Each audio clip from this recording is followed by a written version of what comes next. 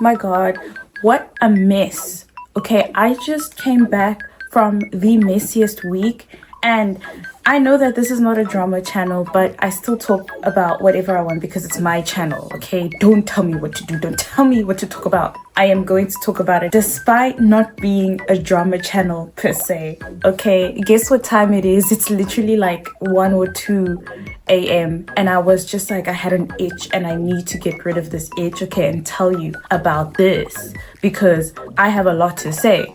And I have made a video similar to this before, but I need to tell you about this again. Here's a disclaimer because I don't want to get into trouble. I still live in this country and I don't want this to, you know, be like an issue or anything, but this is just a disclaimer. Everything I'm saying is like alleged and it's public knowledge and it's something that, you know, everybody knows. Basically, I'm just talking about it to just, you know, show you how I feel, like tell you how I feel and like how I view it. And I really want to know what you guys think of it because I just don't understand why every now and again we always have to have this conversation again. Guys, like stop. Okay, just stop. You guys are doing great, you know, but you don't always have to use this. You don't always have to do this, okay? You don't always have to do this. So as we all know, K-pop, Korean pop music is a genre that's taken up the world a little, okay?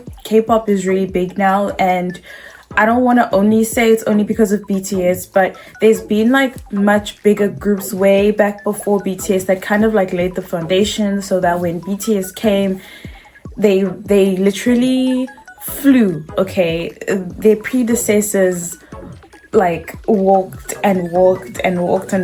that BTS can fly, okay? Which is great for K-pop. This is great. But another thing that a lot of people have been saying, and I agree, a lot of K-pop was heavily influenced by the Black African Americans that were making music or that are making music and hip-hop. Because if we look, guys, the evidence is all there. Like, let's not lie, it's all there.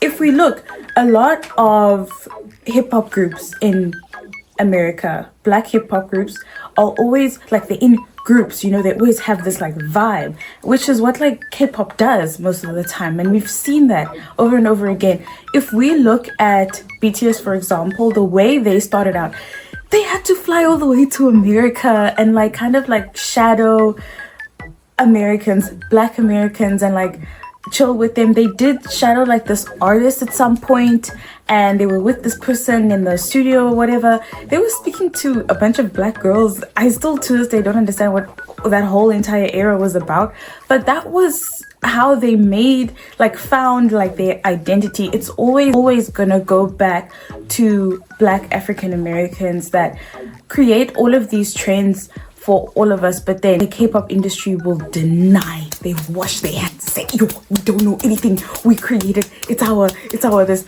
which is fine, like fairs. But guys, why do you keep like making these stupid mistakes though? You know what I'm saying? It's like really weird. So for every K-pop group that wants to be known globally, they will make this mistake over and over again because they know, okay? Like, for example, remember Blackpink, what they did? Like how weird that was? There's so many things, you guys, that the K-pop groups have done that we all know for a fact that it's no longer a mistake. You know what I'm saying?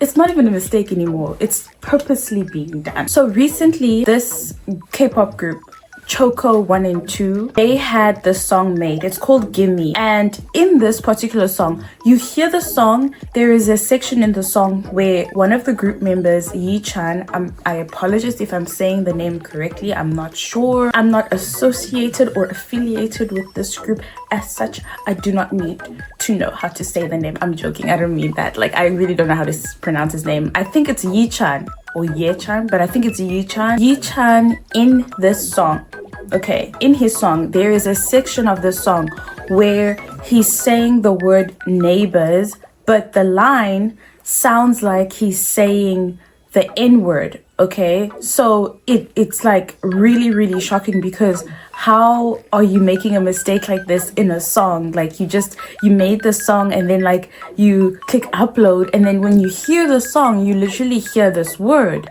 But now what a lot of people are not looking into is that this section of the song, Yichan explains that he made like this an apology. Okay, he made an apology, but in his apology or like his explanation or whatnot, he said that he made the song and he had to use the word neighbors, all my neighbors, da, da, da, da. He had to use the word neighbors because the word neighbors, it's like this specific phrase. So what a lot of people are looking into now is his explanation, where he says, his line where he says, all my neighbors want to know, I want to show. He's literally saying that I had to use this specific word, neighbors, because it's part of a commonly used Korean word, all my neighbors want to know, which is like very common, and it makes sense in the Korean language to say all my neighbors want to know, because there's this sort of thing where if you've got, you know, something to show off or like something you want to share, big news, it's common to say, oh my gosh, this news is so big that like all the neighbors are gonna wanna come through, you know what I'm saying, and like see what's going on, like what's this big news, because all my neighbors want to know.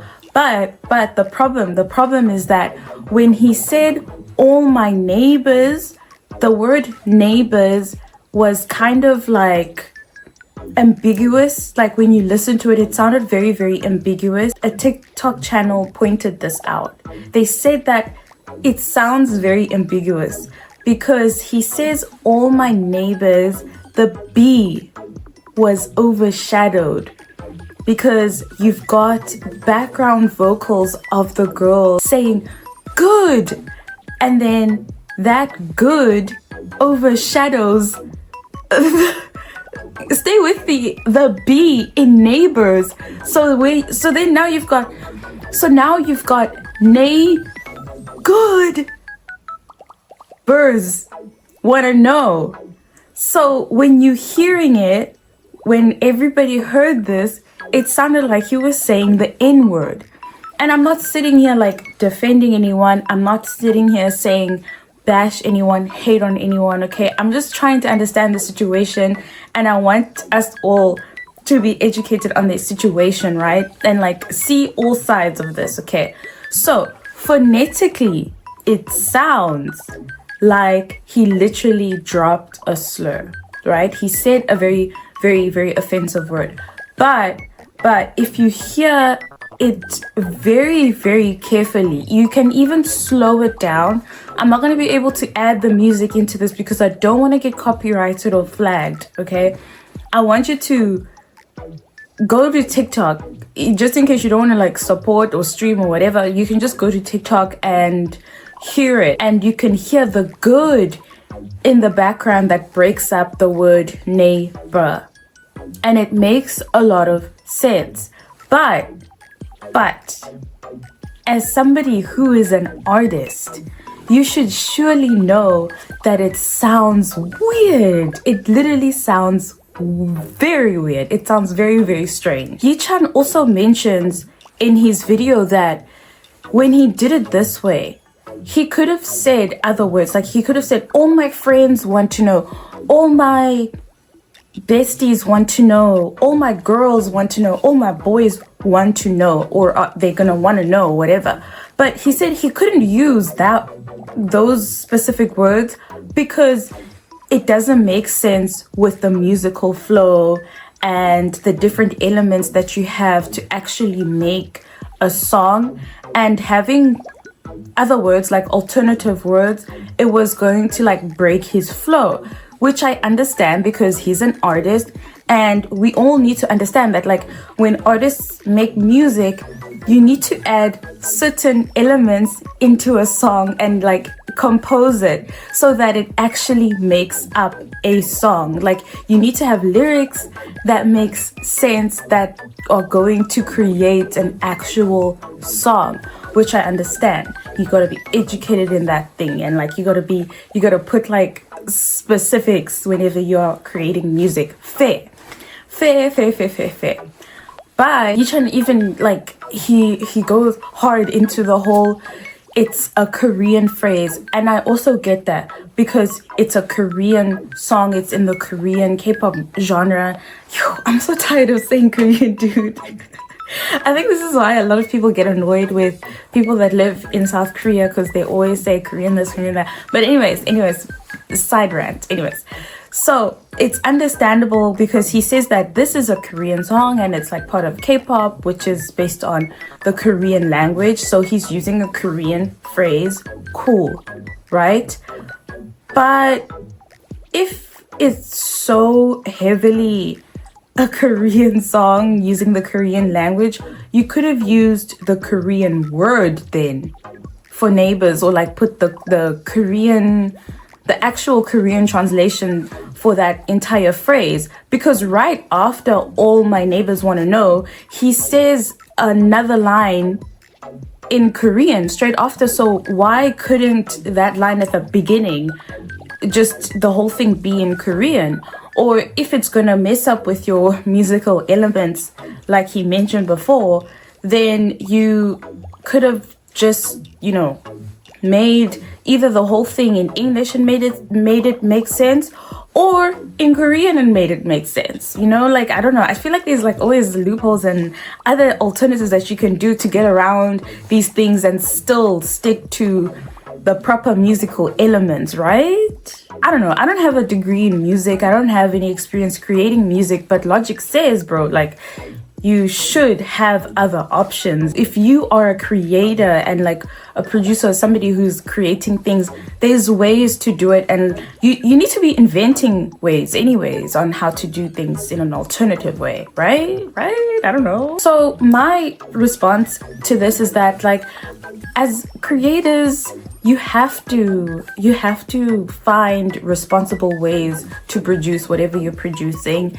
and you have to keep in mind that yes, it's a free space and everybody needs to create what they want to create, whatever, cool, but you cannot be making things that are going to be offensive to other people just because it's going to like cause a lot of hype or whatever. It's like really dumb. Another thing is that if you are a K-pop group, you know that the alternative goal, and don't tell me I'm lying, but every K-pop group's goal, I'm sure of it, is to make it into a global space and be recognized globally, because everything is always about the bottom line. Don't lie, don't even deny that. Like, everything is mostly about the bottom line, and like, you've got investors and things like that. It's a K-pop company, it's a company, okay? And there's investors and there's expectations. You're gonna want to make a profit at the end of the day, and going out and selling and promoting and doing all of these efforts, eventually you want to grow into the global space, because globalizing makes you a bigger and more successful group, and it just makes the K-pop industry grow a lot more, which is really good for South Korea in general, right? So a tactic that many K-pop groups do that we know, and they've done multiple times, is doing something that's going to shake the global or like the Western or the international fans, right? And one of the best, the creme de la creme, the cherry on top methods of doing that is to drop a slur in their songs, or do something that's going to be like culturally offensive to Black people in particular, because they know that we're gonna be sitting here like this, talking about it and talking about this group, and then it becomes such a big deal that news anchors like BBC and them, I don't know who really talks about K-pop groups, and them are gonna mention it, and that's how they get their name out there. It's literally a method, and it works every time because they know that it's a big rage bait, and it makes like the Western fans, Westerners, international fans feral, start foaming at the mouth because this is such an irritating topic. Like, how can they do this again? Oh my gosh.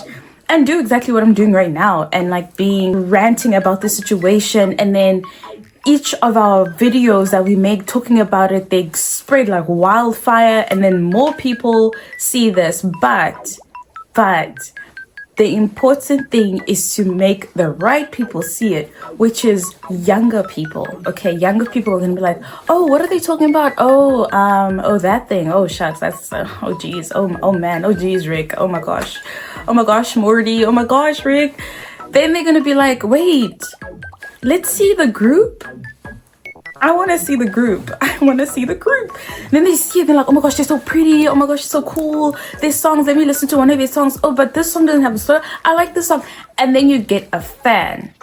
And then this whole fire of them dropping a slur and whatever, it dies down. And then that's how they build a international or westernized fans, and it just builds like that.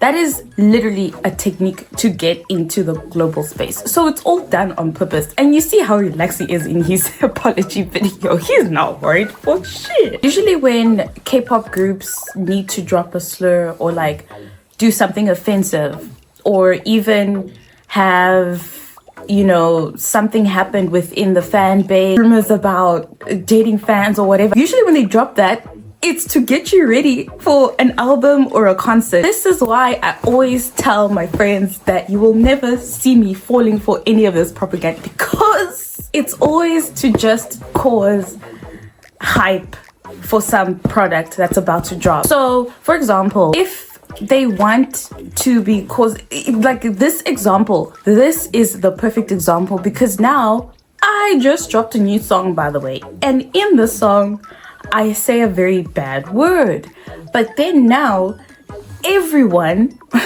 even my neighbors are gonna want to know what is this bad word in the song. So you're gonna go to YouTube, you're gonna go to all the streaming platforms to find out what this bad word is, and you're gonna like give your 2 cents and comment, share, like, and give more exposure to this group, because they just dropped the song, and then their numbers are just gonna like quadruple because of that. And honestly, it's such a bad method to grow, because how do you know it's actually gonna generate any actual adoration or like a stronger connection with your fans? I don't know, like, didn't you guys talk about this in like the boardroom or something? Like, didn't you think that doing something like this would just be super offensive and like unnecessary? Because I'm sure that they did this on purpose. I don't know, allegedly. I am alleging, okay? I don't know, I wasn't there. If I was there, I would have told you to do something else, low-key.